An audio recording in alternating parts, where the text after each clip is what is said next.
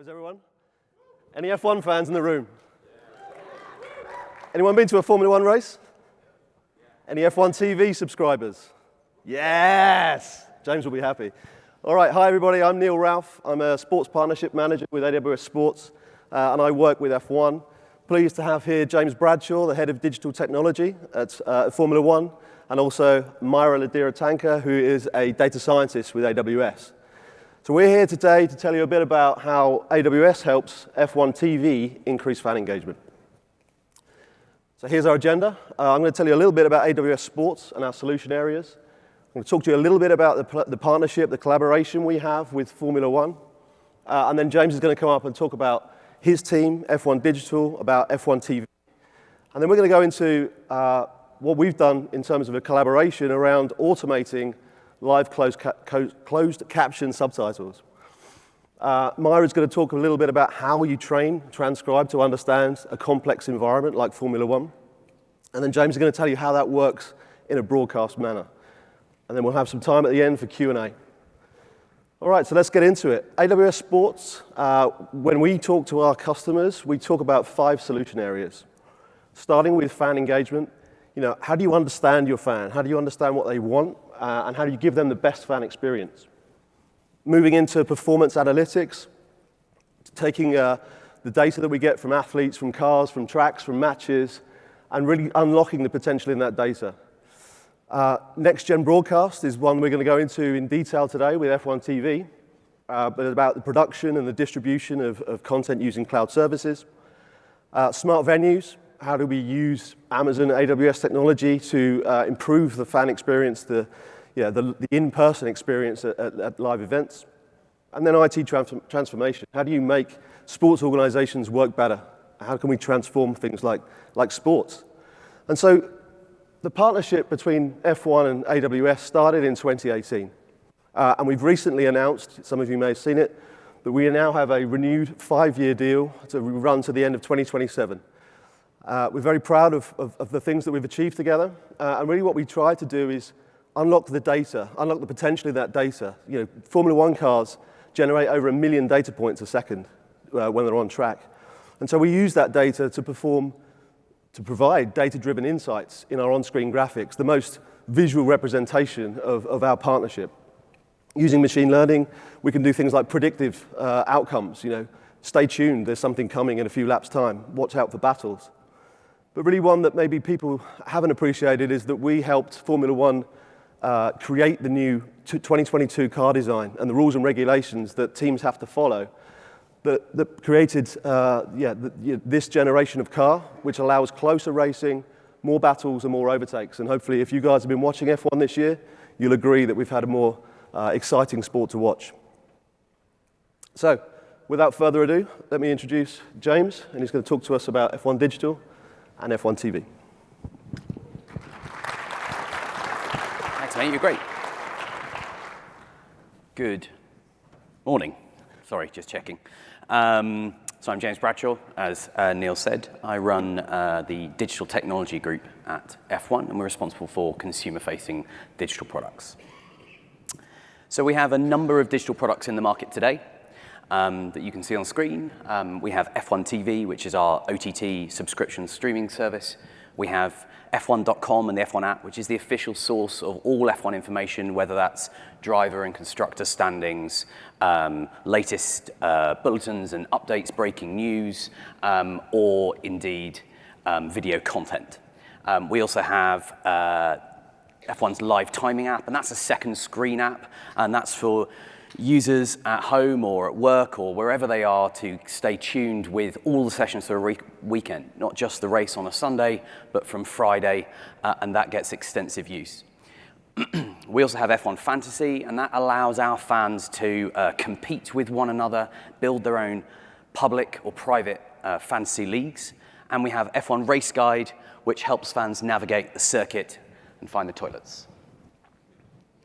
So I'm not able to talk to you about number of fans, but through a loophole, I can talk to you about the number of unique IP addresses.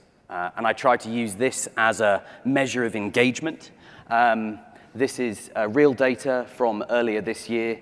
71 million unique IP addresses across 240 countries. All right, do that right? Yeah, 240 countries. So our sport is global, and so are our fans. And we'll come on to later how we needed a partner like AWS who have equally a global footprint to deliver our services.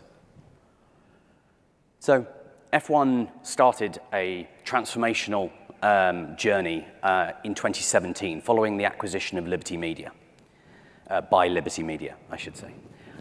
Before then, F1 had not directly engaged with consumers. The primary methods of engagement were really through our event promoters in each of the territories and our broadcasters.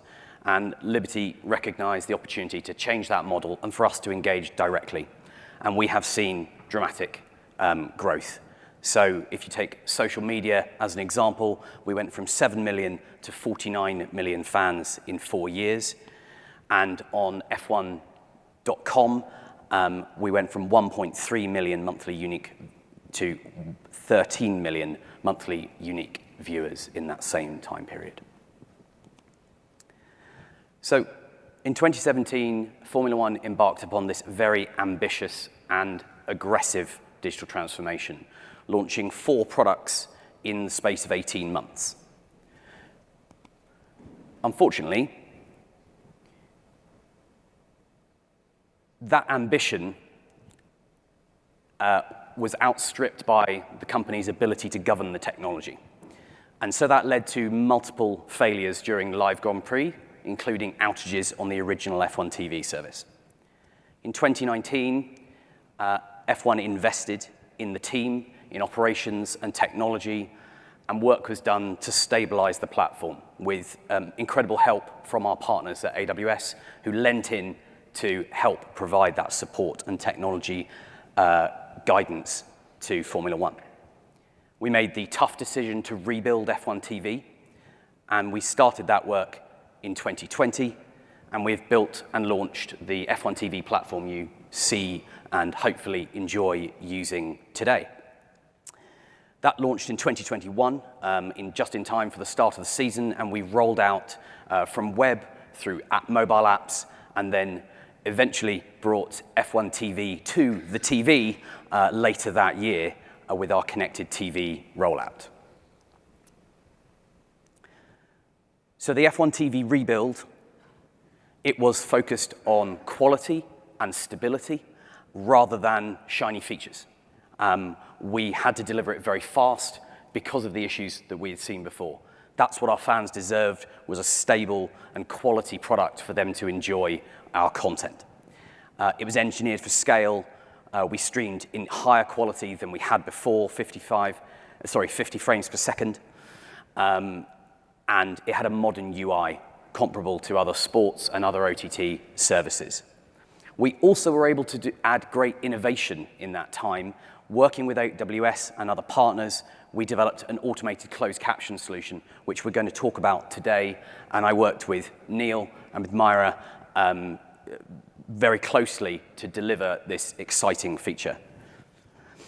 And as I mentioned before, we had a connected TV rollout later in the year, and we've also subsequently launched a dedicated F1 Live channel, which is now our primary broadcast output, where we have our own team of commentators that allows us to add F1's own voice to the commentary, allowing us to bring in guest commentators from other parts of the world to help reflect the global nature of the sport and to ensure that it doesn't appear UK-centric.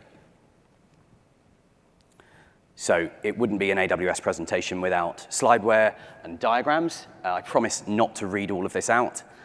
The main point of this slide is demonstrated by the colors. So from the left-hand side, left on your screens, the flow of data that comes from the cars, that comes from our cameras, our production teams on site, that's delivered back via fiber links to Biggin Hill, where we produce the video content that you will see either on F1 TV, I hope on F1 TV, there's no excuse for it not to be F1 TV, or other broadcasters who are equally wonderful. And so that is delivered into AWS. Everything you see in orange is AWS. We are effectively AWS glass to glass, from an AWS Direct Connect coming out of Biggin Hill in London, all the way to CloudFront into your Amazon Fire Stick in your TV, and everything in between. We use 42 different AWS services to power F1 TV, so we consider ourselves power users in this space. So I said I'd talk about live closed captions. So F1 replaced the method by which we did closed captions in the original version of F1 TV. It was previously done by a team of specialists, closed captioners, who were listening to commentary in 3 different languages and either re-speaking or typing out what they heard. This is a very highly intensive process, to the point that those closed captioners can only work for 20 minutes at a time, and so they have to rotate in shifts. And so a Grand Prix, as many of you will know, can last a very long time, though there are limits. And so that was a very expensive exercise to do that in 3 languages with rotating teams in each language. So we worked with AWS and our partners to try to use an automated solution that would be more sustainable. And that is what we did. So on this slide, I know it's a dense slide, we've tried to demonstrate the scale of effort that was required. So on the left-hand side, you'll see manual, so English, Spanish, and French, the number of hours of coverage that we did in each race weekend of those, and that equates to the total work hours per language. So 114 hours was required. With the automated solution, we saw a 57% reduction, which was fantastic. And the resources required for the automated closed caption solution are less specialist. Because there wasn't that intensity, because they weren't having to type and to listen, but only to moderate, to do a QA job to ensure the quality of the output, it's a much lower pressure job, and it can be done, and we're able to use a different type of resource for that. However, to increase the coverage further, and as I described, we brought in our own F1 live channel with our own commentators, and so that meant that we were adding an entirely additional English language. And not only does it have the same amount of coverage of all of the F1 sessions, we also, on F1 Live, as I hope you know, do pre- and post-show coverage for qualifying, sprint, and races. So this also increased the number of hours, and that would have had, as you can imagine, a very large impact and a large cost had we done that via the old mechanism. So this is a way that we can sustain the growth of providing this accessibility service, which we hope to increase to other languages in the future. Thank you, James. All right, so I'm going to give you a bit of a high-level overview of the solution we put together. We call it enhanced transcription, and Myra is going to then talk about how she and her team really got us to the point that we're at today. So, as James suggested, we take commentary in English, Spanish, and French, and we push that into an AWS architecture. Now, Amazon Transcribe does a fantastic job in translating speech to text. And so we could stop that right there. But actually, this is Formula One. Commentators don't take breaths. They all pronounce drivers in different ways. It's a complex environment. And so we do a few things, which Myra will go into, to help Transcribe understand Formula One. So we use a concept called custom vocabularies, which we use to, on the way through, inform Transcribe of what it's hearing. And then we do some post-processing to do things like number translations, and Myra will go into this in more detail, and also to remove certain things that we would never want to see on screen, bad words, for example. And then, as James mentioned, there's a quality of service, a quality assurance step as the last stage here in a moderation user interface. And this is where we have small numbers of teams, much smaller than James used to have to use for this service, who are essentially reading the transcription as it comes through and have the ability to deny words that shouldn't come out onto the broadcast. So we store those denied words specifically so that we can take those denials and put them back into the process so that the next session, that issue doesn't recur. So that, once it's been moderated, those closed captions are generated, and through a process that James will come back to in a second, or after Myra, we have that transcribed race commentary on screen for those that need to read it. So Myra, please come and take us through your training.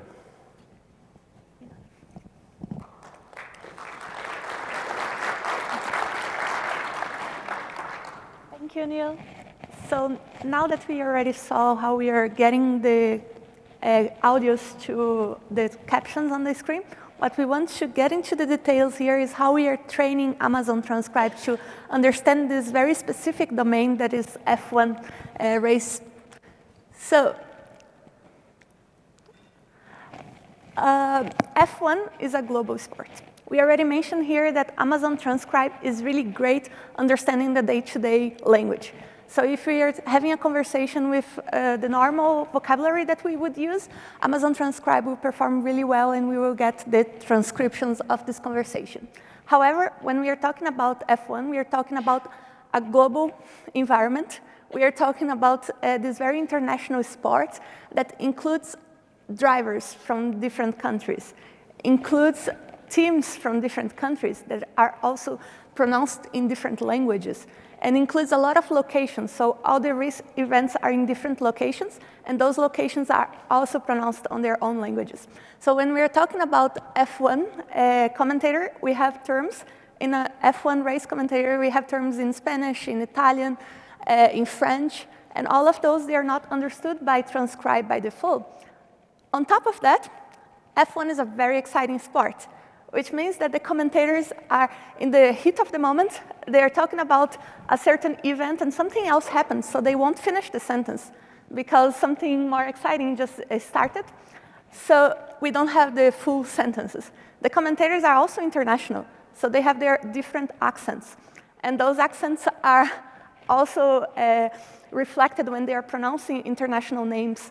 So that also means that a commentator might not refer to Charles Leclerc in the same way. He might call him Charles Leclerc. And we want, as a fan, you want your driver to be transcribed in the correct manner. So how did we address this complex environment, and how did we make sure that our race commentators are transcribed in the proper manner with the whole global scenario of F1? So for addressing those challenges, we had the two main tools here, which is the custom vocabularies for the F1 terminologies and the post-processing on top of it. Custom vocabulary is a tool that Amazon Transcribe provides to you, where you can give domain-specific terms and their pronunciations in order to train the model to understand specific terms. So how are we using the custom vocabularies in these scenarios? When we are talking about the different accents of the commentators, we can add multiple entries for the same word in the custom vocabulary to reflect these different accents and these different pronunciations. So what we are doing is we are providing the pronunciation to Transcribe so that we can use that in the future. When we are talking about the scenario of different locations and sometimes even having terms that could be misunderstood in a different language, what we are doing is we are splitting those files so that the custom vocabulary will reflect the best scenario for that. So for instance, when we are talking about a Spanish race in Barcelona, we would have the custom vocabulary for Barcelona, versus if we are talking about Brazil, we would have the custom vocabulary for Brazil and Interlagos. And then on top of that, we want to make sure that all the changes that we are adding to this file are actually improving the transcriptions so that we are actually providing better quality transcriptions here.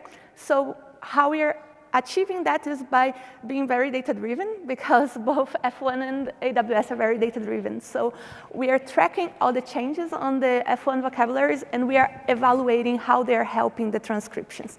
And we will get into this evaluation in a second. Okay, I mentioned that custom vocabulary was the first way of improving transcriptions. The second way is the post-processing script that we have on top of it.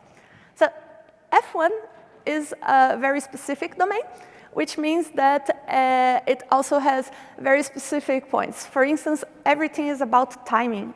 You want to be as fast as possible. So numbers are extremely important. A second can be your time. The difference of a second can be the difference of winning or losing, but the second can also be your position, right? So what we are doing is we are post-processing these transcriptions. So the post-processing script is coming on top after transcribe has returned the transcriptions. We are post-processing these tags in order to adapt to the F1 scenario here. So especially for the numbers, Amazon Transcribe works differently for the different languages. So for instance, for English, if you have numbers from 0 to 10, they would be transcribed as words versus numbers higher than that, they would be transcribed as digits. For F1, the standardization of the numbers and having everything transcribed as digits, it's easier for the fan experience. So we are doing this post-processing of numbers to digits, any words to digits. And then on top of that, we have all the race times. So all the lap times that you have, we are also processing it so that it looks better on the screen. And we are processing also positions and making sure that they are all described as we want to have on the screen. And then what we also have is some terms that are very commonly mistranscribed. So there are persistent issues with transcribe. And here, for instance, we have Schwarzman that when you're transcribing, like with the German name, they very often comes with the C before the H. But your driver wouldn't have the C on the name. So what we are doing is we are just doing these hard replacements with the post-processing script and making sure that we would have this better quality. OK, and then how do we evaluate all the work that it's? So the important thing to notice here is that not every mistake has the same importance for Formula One. When I'm talking here, not being a native English speaker, I'm very likely committing some grammar mistakes, but I hope you can still understand me. And it's forgiving, because with our brains, we can really much understand the context and then get the meaning of what was said.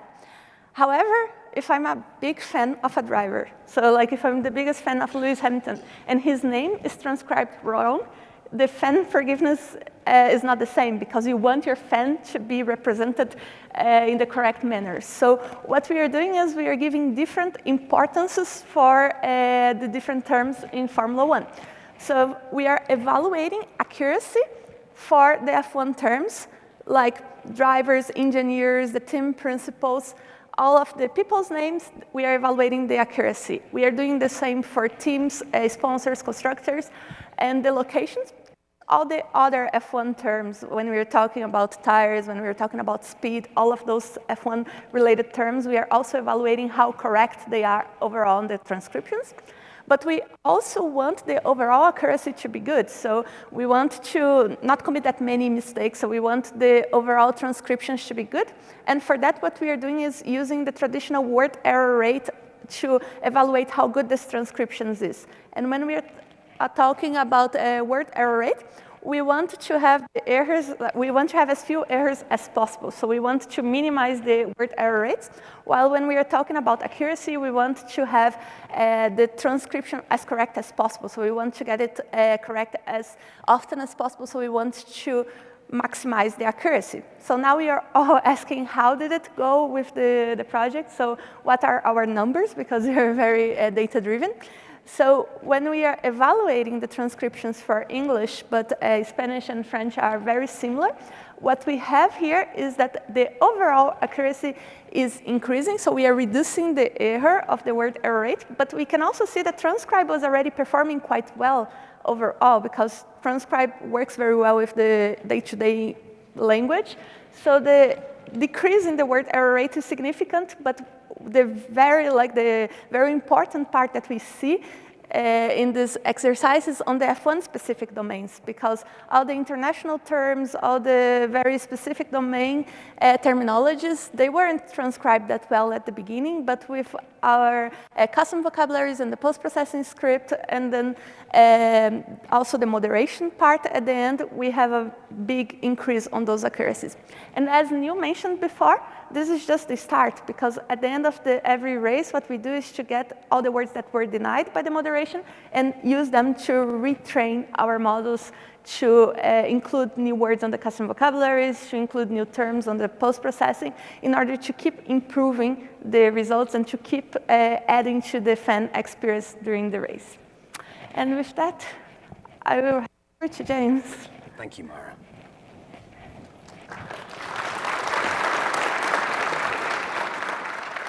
Yeah, truly, because it was Myra and her team that did that. Fundamentally, we could not have used transcribe out of the box for the very specific use case of Formula One because of that terminology, and so fantastic work by that team. So how does that transcribed text that is output by transcribe and the enhanced transcription that Myra has just described, how does that then get onto the screen?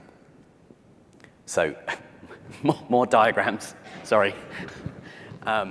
Again, I'm not going to go through it in great detail. So the way it works is in order to ensure that we put the transcriptions or closed captions in time with the audio and the video, we capture the audio very early in Biggin Hill in London. We capture that early, and then we bind it very late using effectively VTT like you would for a VOD asset.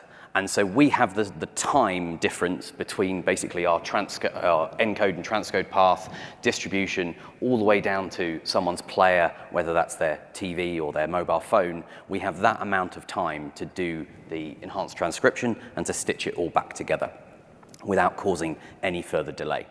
So we capture it in a transcribe sender app in Biggin Hill. We send that through a proxy and into transcribe, back down where the enhanced transcription, custom vocabulary, and post-processing moderation are applied, and it comes back to that application, and then it is sent into AWS again to a VTT receiver. And so this is a custom service which we've built, which takes the strings of text, effectively it's many, many strings of text that come out of transcribe gradually, and they have a timestamp, and they say when the string started and the length of time, the duration of the string. And then we have an application that takes that and puts it into a database, and from there it then is read out, and we generate the correct length of closed captions to appear on the screen and align it to the content. And so we have some configurations so that we can tune it to bring it further backward or forward. It was a very exciting day when we realized that we needed to slow it down.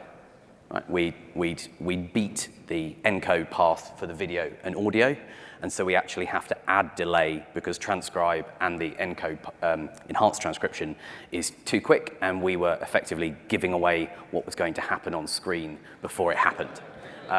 So you can imagine how fans would feel about that.